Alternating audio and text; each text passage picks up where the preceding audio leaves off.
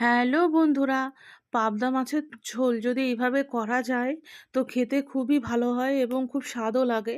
পাবদা মাছ এমনিতেই খুব মানে টেস্টি একটি মাছ। তো সেটা সব রকমভাবে ট্রাই করাই উচিত আমি মনে করি। তো আমি এরকমভাবে আগে কখনো করিনি। উম, পেঁয়াজ রসুন আদা সব ছাড়াই আমি করতাম, কিন্তু এই ফার্স্ট টাইম আমি পেঁয়াজ রসুন দিয়ে করলাম।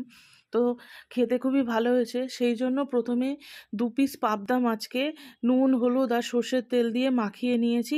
কারণ আহ, পাবদা মাছ খুব ফাটে তেলের মধ্যে, সেজন্য তেল মাখিয়ে নিলে আর অতটা ফাটে না সেই জন্য।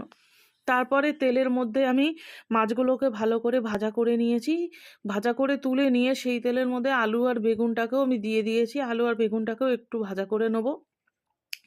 আলু আর বেগুন ভাজা হয়ে গেছে, এবার আলু আর বেগুনটা তুলে নিয়ে ওই তেলের মধ্যে আর সামান্য একটু তেল দিয়ে তার মধ্যে আমি কালো জিরে দিয়ে তারপর কালো জিরের মধ্যে আমি পেঁয়াজ, টমেটো, 3 রকমের ক্যাপসিকাম। আর টমেটো বলতে এটা কিন্তু আমি পুরোপুরি কাঁচা টমেটো দিয়ে করেছি, এখানে কোনো পাকা টমেটো অ্যাড করিনি, শুধু কাঁচা টমেটো, দুটো কাঁচা টমেটো।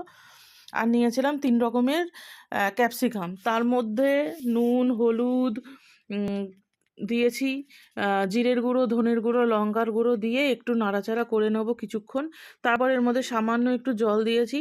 আর হ্যাঁ, আমি 2টো কাঁচা লঙ্কাও দিয়েছিলাম ঝালের জন্য।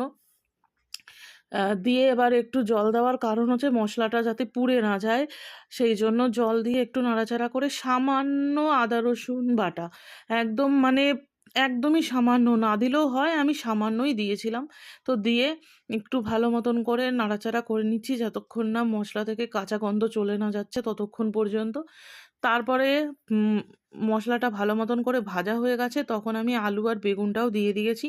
দিয়ে আবারও ভালো মতন করে একটু নাড়াচাড়া করে নেব। তারপর আমি এতে পর্যাপ্ত পরিমাণ জল দিয়েছি, কারণ আলুটা সেদ্ধ হবে, সেই অনুপাতে জল কিন্তু বেশি দেওয়া যাবে না, একদমই কম, কারণ এটা একদমই ঝোল ঝোল হবে না, এটা একটু গামাখা গামাখা থাকবে সেই জন্য। তারপরে একটু নাড়াচাড়া করে নিলাম, দেখলাম ফুটে গেছে ঝোলটা। 10 মিনিটের মতন ঢাকনা দিয়ে রেখেছিলাম, তো ঝোলটা ফুটে গেছিলো। তারপর আমি ফুটে যাওয়া ঝোলের মধ্যে মাছ দুটোকে দিয়ে দিলাম, ভাজা মাছ দুটোকে দিয়ে খুব বেশি ফোটানোর প্রয়োজন নেই। 5 থেকে 7 মিনিটের মতন ফোটালেই হয়ে যাবে। তো একটু ফুটে গেছে যখন, তো দেখতেই পাচ্ছ।